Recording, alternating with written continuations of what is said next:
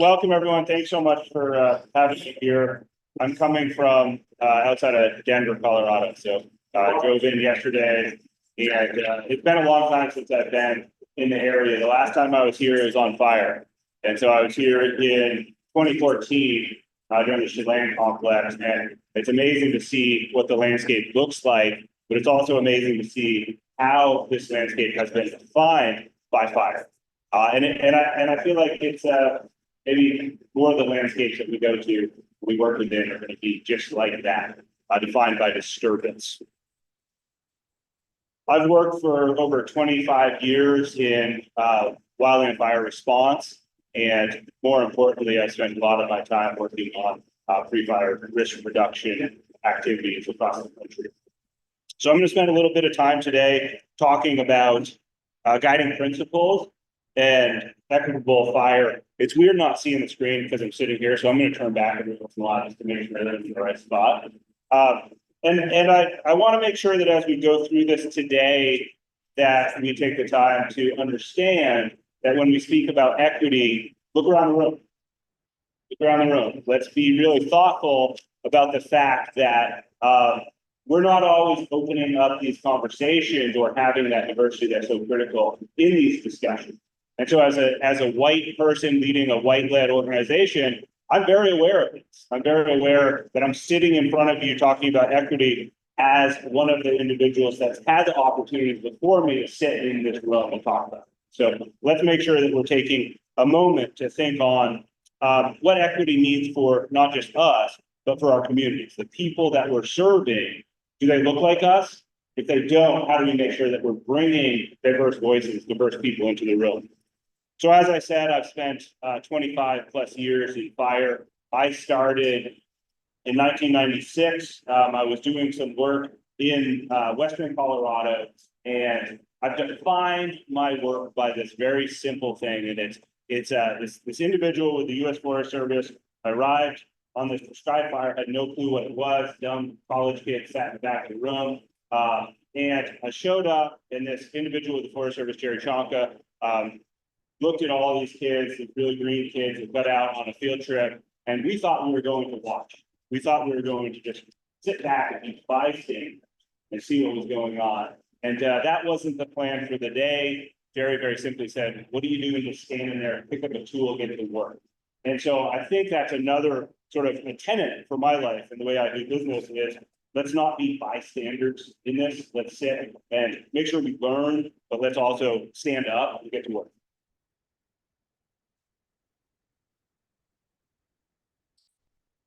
So I want to share just a bit of a story, and I've explained a little bit about my life, about what I've done. So 25 years in fire, but I've never learned the secret handshake. And there's this secret handshake. Who does wildland fire in the room? Anyone? So you guys don't know the secret handshake either. Is there a secret handshake for like a high five that you guys do in the conservation district world? Yeah, you guys are pretty close on that. So I've never learned the secret handshake, and apparently you guys haven't learned the secret handshake as it relates to the conservation districts as well. And the reason I say that is that sometimes we're working in these different worlds. However, we're expected to show up and know something we get. So 25-year veteran of fire service, I'm the guy that shows up and they say, wait, you work for a nonprofit? You work for coalitions and collaboratives? COCO? What is that? That's a what? And they have no clue what to do with it. So they don't know who I am. When I go to Washington, D.C., and I stand there and I talk to policy makers and leaders of our free world, they're like, why are you wearing flannel and you're not in a gray suit with a red top? They don't know what to do with it. When I work with organizations in Colorado and across the country, when I work with CDs, they say, well, you're a nonprofit. What are you doing here? And so I've had these experiences where in my life, I've had great opportunity in front of me, but I've also been working in these different worlds, these different places. And when I go and work with watershed organizations and I have my fire uniform on, they don't know why I'm there. And so it's in these moments that I think to myself, we have to do a better job of being inclusive and remembering that we're all going to be different, that we all come from different backgrounds and have these different experiences. So who's seen this image? Anyone aware? So this is the cohesive strategy. The cohesive strategy is based on policymakers, based on thought of how do we confront this wildland fire challenge that our nation faces. And this is the idea that we use it as a we're muted, as a Val's good. We look at it as a three-legged stool. So we think of this as we want to have safe and effective response. So that's I put on my fire hat. We have to make sure that we have resilient landscapes. So we need to do everything within our power to manage invasives, manage the fuels, and then ultimately we have to have communities that are able to be resilient in the face of the fire threat. So look at that image just a bit. Here's what I'd like to see. Maybe. Can you go to the next slide? Do you have that ability?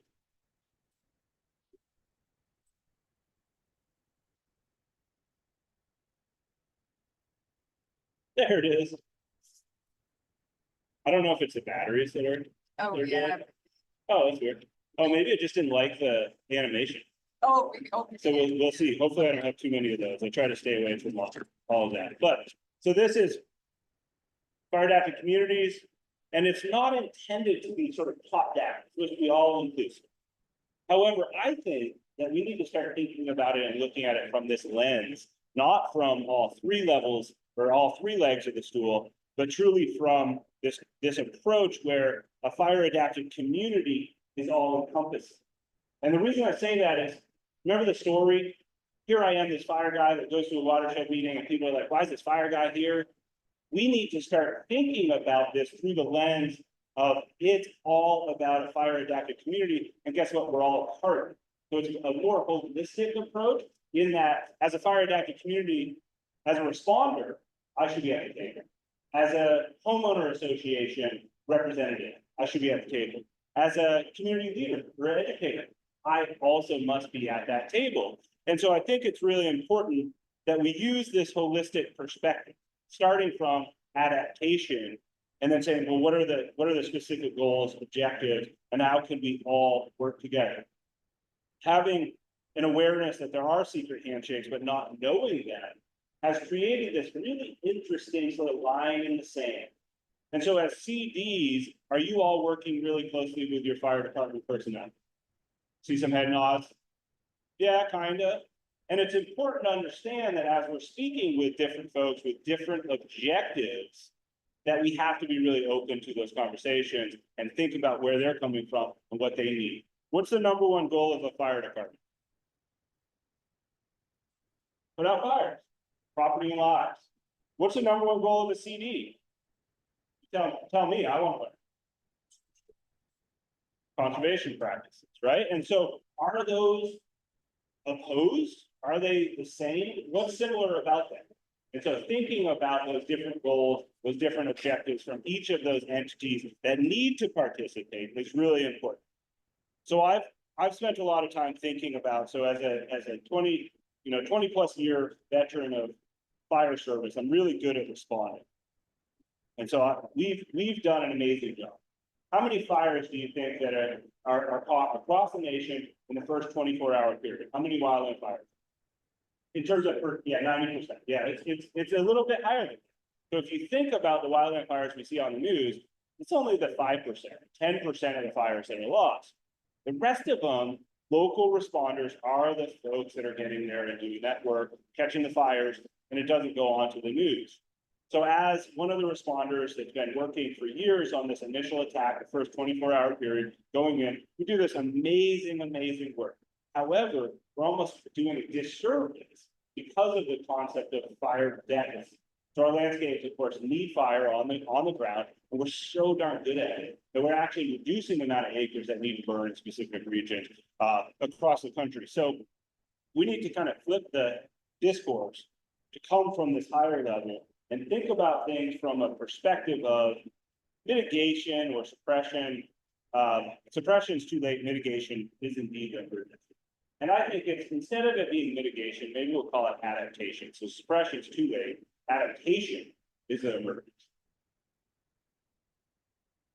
So as we jump into this a little bit more today, I want to just have you all remember that the importance of this holistic perspective from a fire adapted community, that we have to have safe and effective response. We have to have communities that are resilient. We have to have these safe ecosystems. And I urge you also to think about it not through the lens, so I'll be speaking of mitigation, wildfire risk reduction, but how can these guiding principles equate to all of you that you do across all of your programs, all your portfolio projects. So real quickly, this is a new program. So my organization, COCO, is really focused in on two simple things. And it's we care about people and we care about place. And those two things, those two groups or ecosystems or communities, we can't lean one way or the other. We can't say, well, Leavenworth, you know, we understand that you're tourist based. We understand that you're this really weird alpine village in Washington, but you're so darn cool, and you can't forget that history. Well, you're also working to protect the ecosystem that's around you. We can't do that. And I've seen in a lot of parts of our world where we create these boundaries and these barriers and these borders that all of a sudden say, well, that's my jurisdiction, that's yours. And we forget about how integral people are to the place and how place is to the people. And so that's really where coalitions and collaboratives comes from. And as a small nonprofit based in Colorado that was formed in 2014 that grew really relatively rapidly from our history in the Upper South Platte watershed, we were so tied directly to the ground. I urge you all to not forget that in your place. And I know cities do this, but you're so grounded in the dirt and soil that is your community. And this is where COCO comes from. This is where I come from, is this place of, if I show up and I tell people what I think or how we should do something, it's not because I learned it in school. It's because I learned it on the ground, working with people in the community. And I think that's really important for all of us as we're building out our programs to follow some of these guiding principles and really think to how we can listen to our community responses, not in what we believe they need, but in what we need to do. So the U.S. Forest Service Community Navigator Vision comes from this. You can read these words. It's a new program out of the bipartisan infrastructure legislation. This is a program, the Forest Service, who works closely with the Forest Service? All of you? So a few, well, some. So as a federal agency, we might describe our federal agency partners as large. Do we say efficient and effective all the time? Not always, right? And so oftentimes when we're working with agencies, we have these challenges that we face with because of that, how large they are, how institutionalized they are. And one of the things that the Forest Service, U.S. Forest Service saw was that they weren't doing the best job at reaching some populations in our communities. They weren't reaching communities that didn't look like me. And as part of that, the Forest Service developed this community navigator program with this vision up here. But I want to highlight a few things that I think are important, and some of it is related to the words, and I make mistakes to this day, and I continually learn. But as we're going through and talking about equity and supporting all people, I think that's an important way to describe it. We're supporting everyone, all people. But you'll notice in here, within the statement from the Forest Service, we talked about underserved and underserved audiences, or underserved communities and underserved audiences. And I would just say that that's a realization that we could do better. And there are groups of people that we're not directly addressing or lending a hand to. However, I don't think we should continue to describe these communities as underserved. I think that these communities are robust, they're fully developed, they have leaders, they have systems, and if we continue to use terms like underserved, we're potentially perpetuating just that. And so as we're thinking about the people that our programs are focused on, let's think about all people. Let's think about serving all. So there's a few groups that are a part of the Community Navigator program. The Community Navigator program is really this entity that has several levels. And the reason I bring this up is because this is a service to everyone across the United States that might have an opportunity to support you through your work. And so the Community Navigator program is made up of these organizations down low. The ones in color are representative of what we call the implementation team. And so these are the groups that are working directly with communities across the country in specific ways.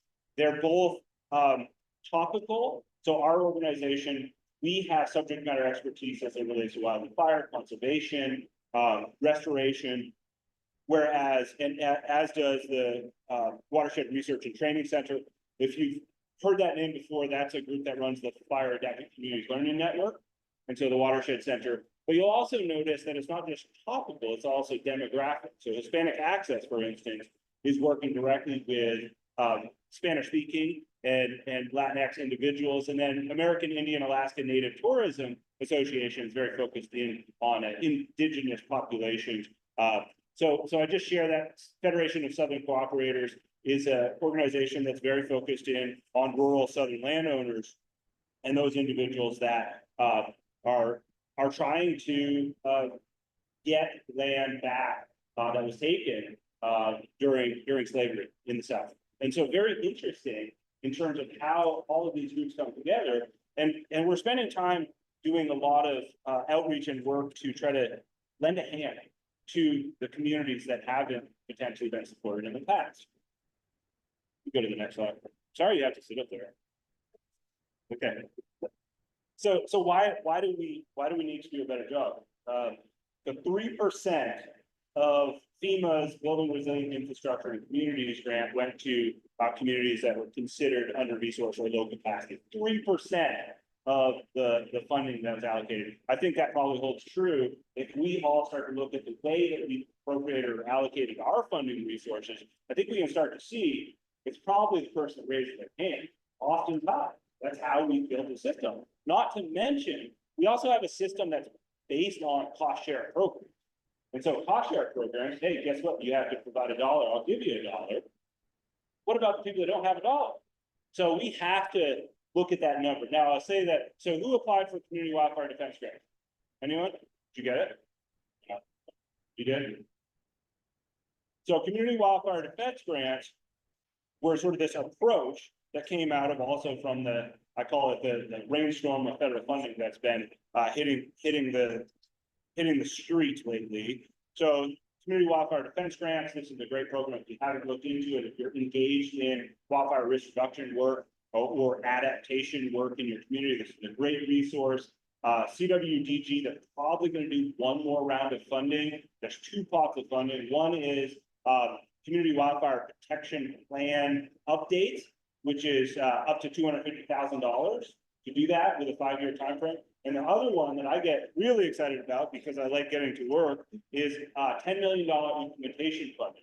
The really cool thing about it as well, and you'll see from up here, is 43%. What do you think changed? Why are the numbers bigger in terms of funding going to some of these lower capacity communities?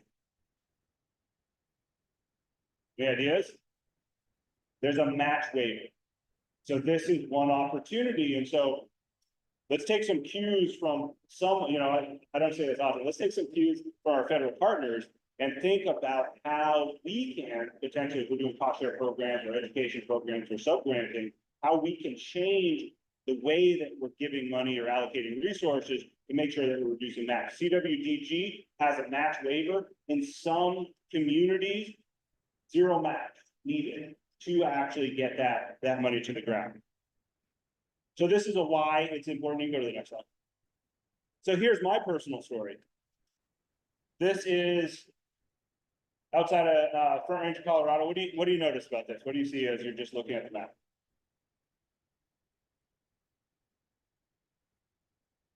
Sorry, a little louder.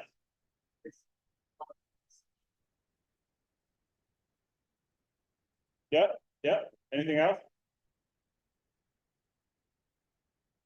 Yeah, there's a lake. I'll tell you that's an intermittent seasonal. I don't think it ever looks like that. That's super blue. So this is a community outside of Woodland Park. Woodland Park is a cottage community to Colorado Springs. We've had a significant fire around the community. So we had AIM Fire 2002, 137,000 acres. In 2013, we had the Waldo Canyon Fire off screen, and these fires keep coming close. So this area is part of the Pike National Forest. We have these large parcels. Those parcels consider 40 to 80 acres. And then we have these really small parcels. Surrounding that is in the shaded green is the Pike National Forest. And this is a community that our organization over the years has done a little bit of work. But every one of those large parcels, we've actually had cost share agreements in. This is a dated image, but we've done a lot of forestry work.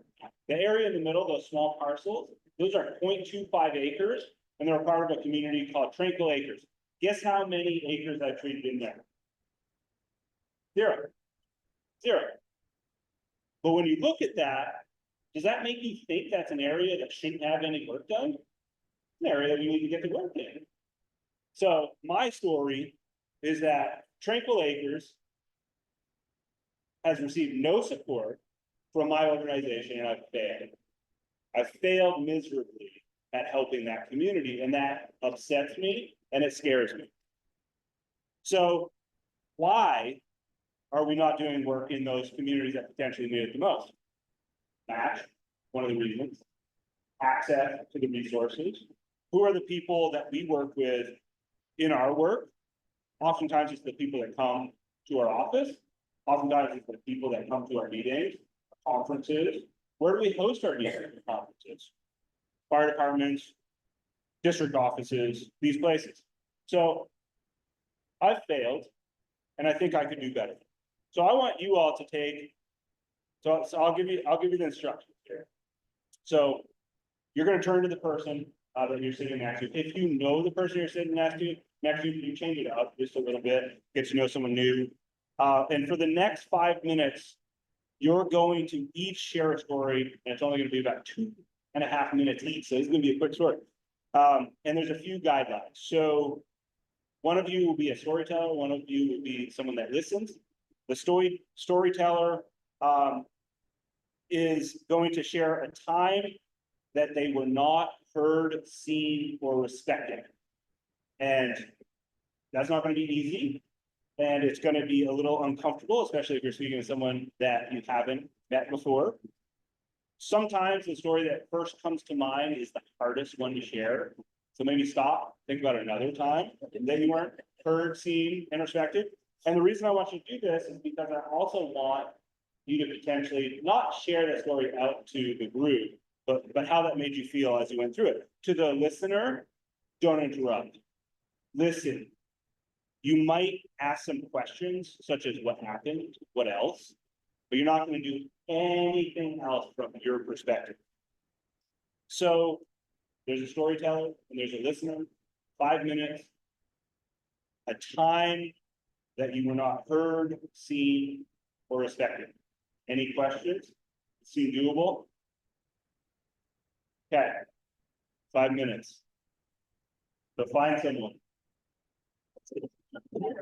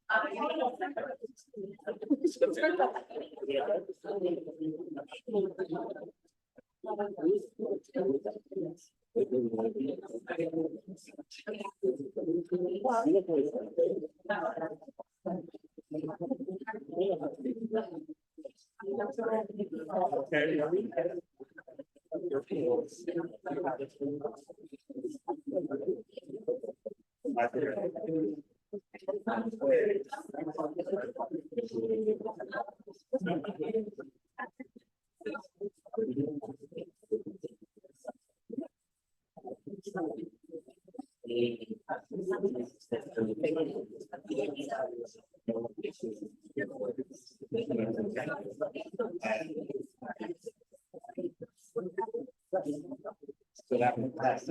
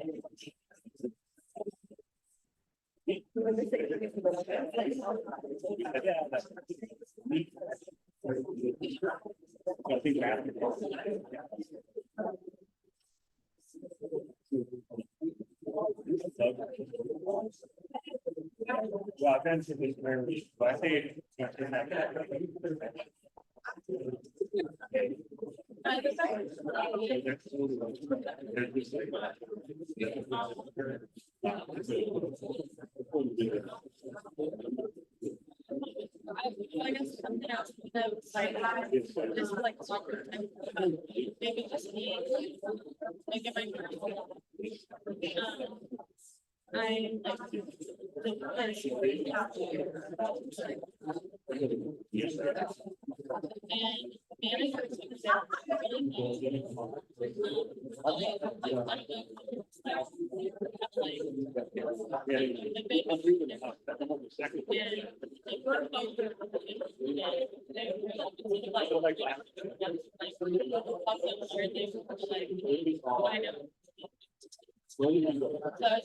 so I was like, but just like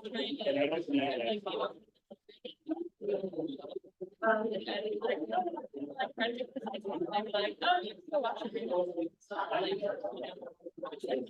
I don't yeah, I don't know.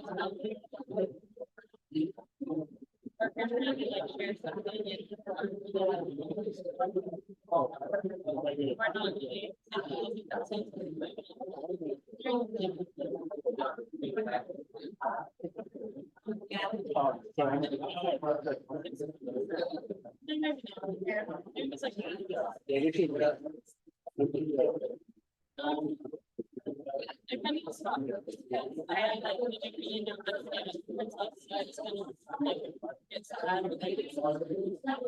like maybe like yeah, I like I think the man is like bye. That was so happy because I was like I wanted to buy it, so I just kind of like. But it's just like one more and so I wasn't like that really. Yeah.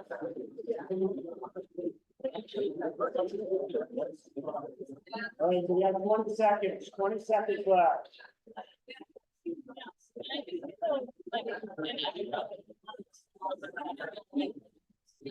I think it's also smart because we're trying to make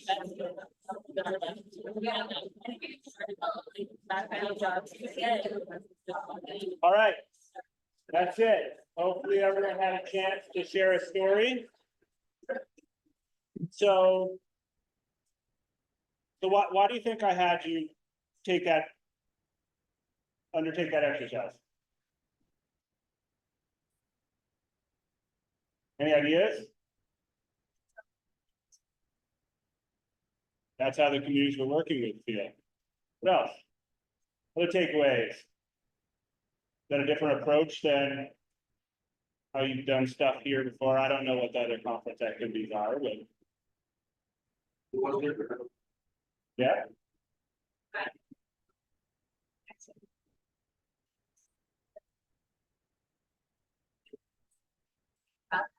Yeah.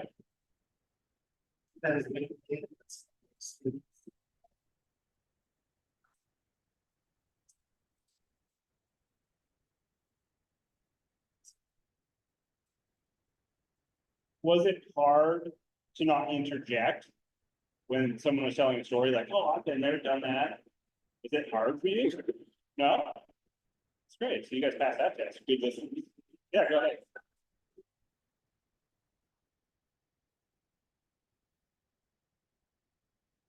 Anyone else? Any other thoughts?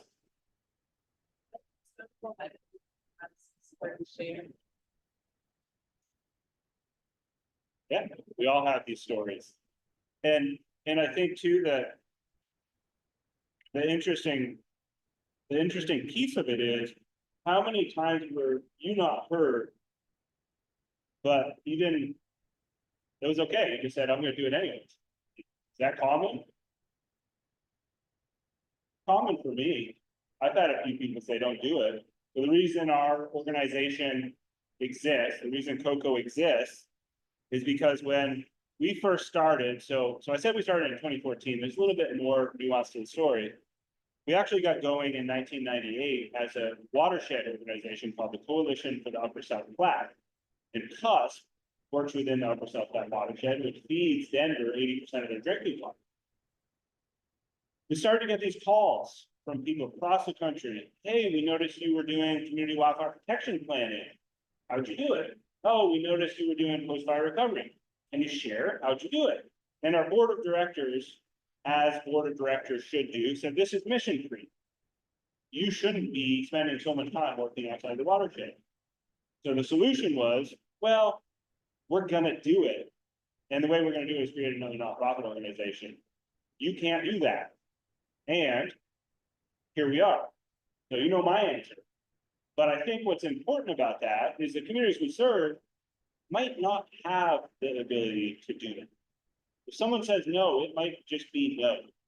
And so that exercise, heard, seen, respected, is a good one. Who's aware of liberating structures? Have you heard that before? If not, so liberating structures, that's where this comes from. Heard, seen, respected is one of the exercises that liberating structures, and it's liberatingstructures.com.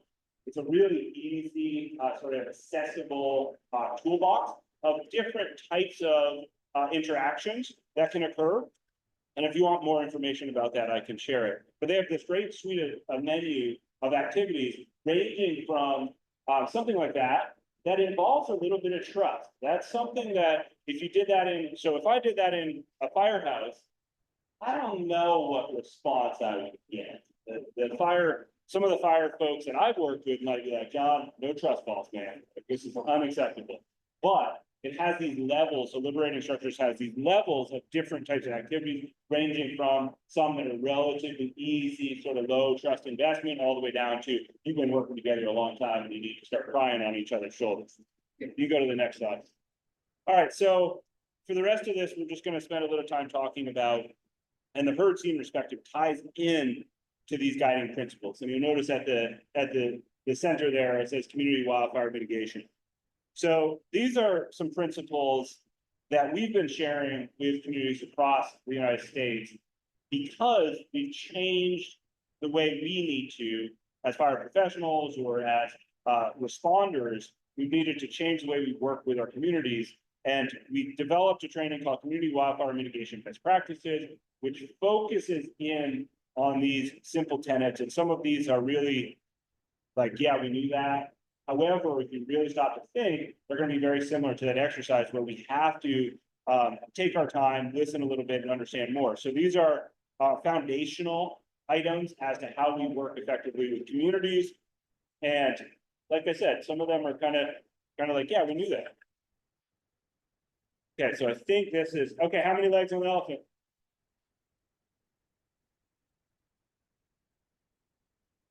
Too many? So we all make assumptions, and I think you had mentioned it here, is that we all sort of like, we have what we call confirmation bias. And confirmation bias, there's all these biases that we have. And so one of them is that when I'm speaking, you guys are hearing what I'm saying, and you're like, oh yeah, he's saying exactly what I believe. But the reality is it doesn't work that way. Oftentimes we have these different views. And so we have these assumptions, and we go into a community based on these commonly held perceptions as we're entering into working with specific demographics, with specific people, that we allow that to bias our programs or the way that we're addressing working with specific communities. And we don't oftentimes scrutinize the why. So why do we do something? Oh, that's how we've done. Hopefully that's not something we continually perpetuate, but it's something within my organization I've even seen. So CUSP has a chipper program where we had this curbside chipper that would go to people's houses. And we started to see the numbers go down. No one was participating. We had a cost share amount that people had to contribute. And the demographic within the community changed. We didn't change. And so it's like, oh, well, the system's not working because it just isn't. So the reality is that we have these barriers to engagement with our community. You can go to the next one. So reality check. So take the time and ask yourself, what is it that motivates people within your community? What are the barriers? What's holding them back? How are your programs directly addressing that component of the work? And if you're not, then you need to adapt. Okay, you can go to the next one. I love some of these images. So this is so as we're developing our programs, remember one size does not fit all. What are some measures that you currently have for your programs? How do you measure success?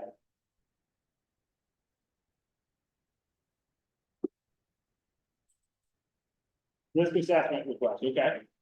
How about, is it numbers of website clicks? Contact hours, things like that? So when we're thinking about our programs, contact hours, or assessments, we always need to make sure that we're asking ourselves, what is the outcome? So an output is clicks, measures, assessments completed. The outcome is what changes. And so what changes is going to involve us working a little differently with each individual. You can go to the next one. So programs are like thumbprints, they're all different. And we need to make sure that we're developing strategies for the uniqueness of the people that we're working with. You go to the next one. And I'll do these a little bit rapid fire. So that's too rapid fire. So you don't want to be like that guy. And I think we've all been at this meeting within the fire world, and I oftentimes will reference this because we're working in two different worlds. Fire is command and control. Go do this thing by this amount of time, report back. Whereas when we're talking about how we work with our community, if you show up like this, no one's going to listen to you. Why are you telling me? We're from whoever, we're here to help. And so you can go to the next one. So be more like this. So do me a favor, shut up and listen. Instead of showing up with a map or a plan and throwing it on the table, handing it out, say, hey, we're here to talk about this program. What do you think? What do you need? How can we better service your needs in your community? You go to the next one. Okay, so I harp on this quite a bit. So how many of us have brochures or handouts? Pretty much all. Do we do the tabling events? We do. And it's something that we've put in place for years. Why do we do it? Because we do it. What do you think happens to some of the brochures? It's tossed.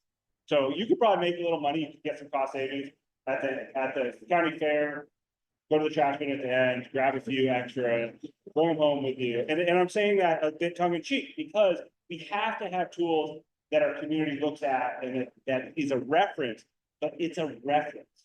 And so if you don't have one-on-one engagement, you can go to the next slide. So if you don't have one-on-one engagement, oftentimes it's this passive thing. Oh, that's cool. All right. Throw it away. So use your brochures, use your outreach in such a way that it builds upon what's in that brochure or that tool. Make sure that it has access to who do I reach out to, who do I talk to. We're seeing more and more QR codes. That means that person has a smartphone. But think about who's going to answer on the other end of the line. If it's just a static email address that no one ever responds to, or it takes 2 or 3 days, I probably won't reach out to you. So be thoughtful about how you're using those brochures. Brochures should be used to reaffirm what you're sharing and those interactions. This is an example, that's Chief Voigt up in Alpine, Wyoming. This is in a community that is at real fire risk. It's a working class community adjacent to Jackson, Wyoming. And imagine going from, so this is like the $10 million homes, and then all of a sudden Alpine, Wyoming is all of the folks that work and live outside of its only place they can afford. And so Chief Voigt is actually doing a neighborhood training, teaching community members how to complete those home assessments, what's the vulnerabilities to the structure, and then as part of that, they're getting a brochure that goes along with it. Go to the next one. Focus on, so I've heard this, God, I've heard this a few times. We're gonna develop a program and we're gonna see if it works. I love innovation, I love those ideas, but make sure that it's not like throwing spaghetti at the wall. Take the time to really listen to your community. Don't just throw the spaghetti to see what sticks. Think strategically and go act tactically. You can go to the next one. We gotta check time. So, octopus here, this is sadly, I think, how we all work. We have way too much on our plates. How do we make sure that we're spreading that responsibility, that it's not just us, it's not just within your entity, your organization, but how do we make sure that we're empowering the community to actually work with us to co-develop? So don't be the octopus, be the, this is Air Force Academy feeding a chipper for National Wildfire Preparedness Month. In addition, those yellow shirts are local fire department, Palmer Lake, and then our crew is the organization feeding the chipper. So many hands make light work. Make it accessible to all. This picture just upsets me, but to be blunt, we failed. I talked about Tranquil Acres. Why did I fail? I failed because of the system. But in reality, I failed because I didn't think about how I could better serve those small 0.25 acre parcels. How could I think about a different approach? Yeah, there was a math component. Yeah, I needed to talk to 100 instead of one, but should have done it. And so be thoughtful about how and address those challenges from a perspective of we can do it, we can solve.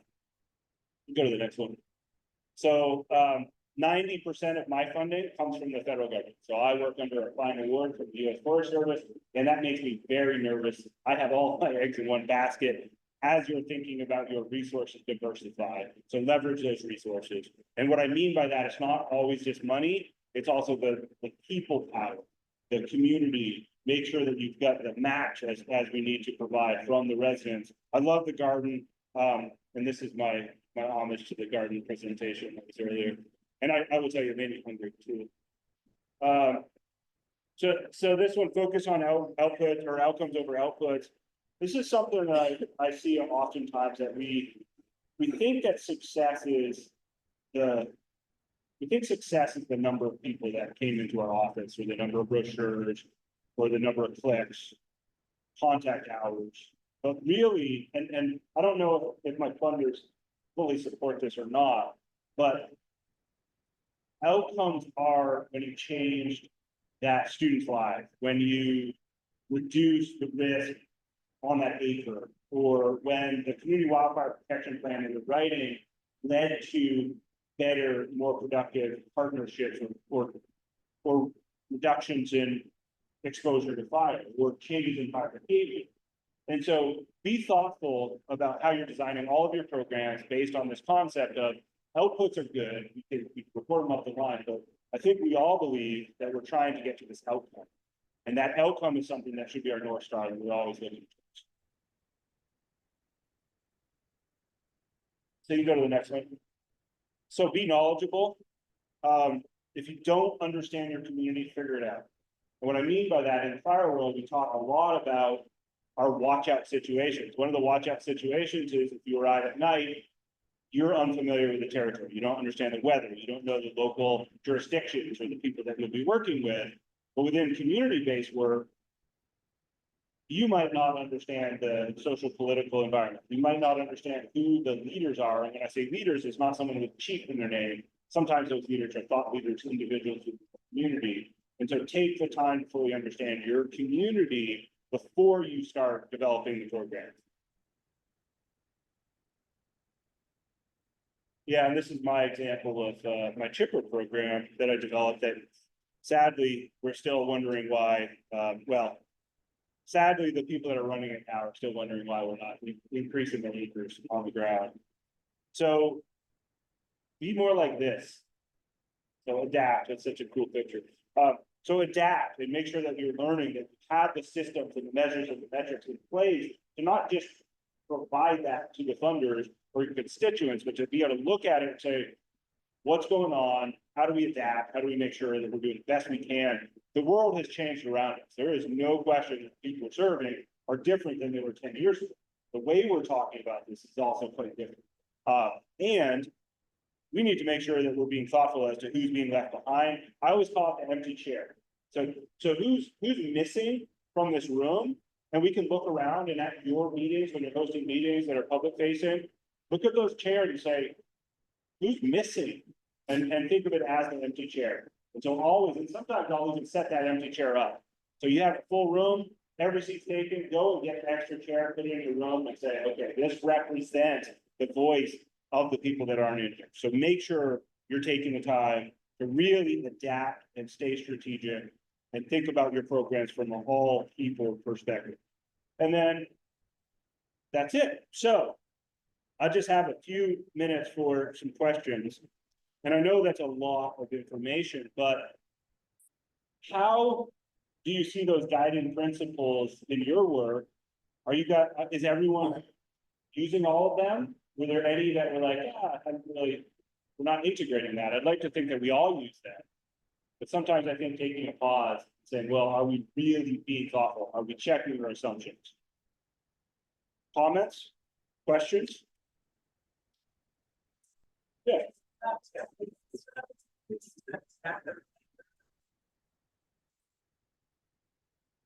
So within the wildfire space, yes. Within the impact of equitable solutions to all people, I think that they're still developing. And so sadly, this is something that at the national level has been continually questioned. What are the measures when you're talking about supporting low capacity communities? And to me, the measures are entirely different than what our grant funder want. So grant funder might say, well, what organization or who do you talk to? And I'm more interested in what is that relationship or that conversation and the technical support services lead to. The challenge with that is that, as we know, everything we do is based on relationships. How long does it take to build a relationship? Never ends, right? I mean, if you're married or if you have, friendships that have been since high school or any of that, you know that it's so much work to build those relationships. How do you measure it? When you're talking about, so IRA and build investments, those are 5-year funding. So I've got to build a relationship for 5 years to what the funder said. But how would you measure? Well, yeah, I mean, that's a lot.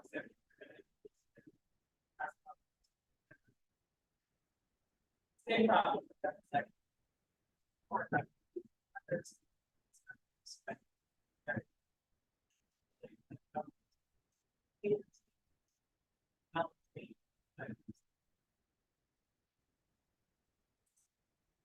We're seeing a shift within forestry or fire world. Historically, it's been acres. Doing, completing treatments or doing fuels or forest restoration type work. If you have a fire, it changes when fire moves through that treated area. That's a good story. But if it never hits that acre, so the insurance policy is we're cutting a bunch of acres, but if fire never hits it, how do you tell the story? So we're seeing a shift from acres treated only to tell us the story. And so that's interesting. It's a different type of way to report. And so those success stories are really what's important right now for partners. They want to see success. They want to know about the information. And so COCO is this umbrella organization, and our goal is to grab as much federal funding as possible to get it to the ground. It's very simple. Grab as much, move it to people in place. How do we make sure then that those successes for a very small organization or community, so we have to raise that voice because the empty chair concept, if they're not on the, I need to make sure, and I know our funders are going to look and say, we never heard from this organization before. Now they're in the space.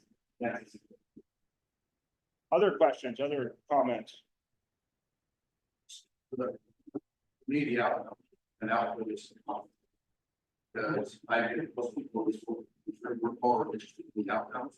We want the behavior change, we want the action on the ground. But most of our grant funding wants outputs. Right? We have some contracts that say you're going to do this, and you're successfully. doesn't say you're gonna alter behavior of this many people, right? And so it's like an imbalance. Being intercom. Have this job with you, job with you. And it might be spending more time. with people, but getting better outcomes and not as many outcomes. And I You're think saying there's a shift in that on Dr. Level, but they can. the shift is the way that the shift is in how we think about those widgets or data points.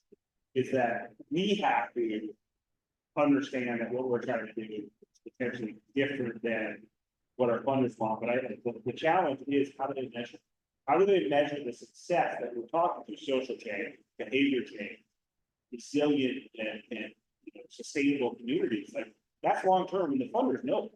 And so if we have that awareness about this widget is just that, but ultimately I'd like to think that we're aggregating the number of contents, that we're aggregating the number of assessments, and that's starting to build towards this outcome. There was one other question in the back.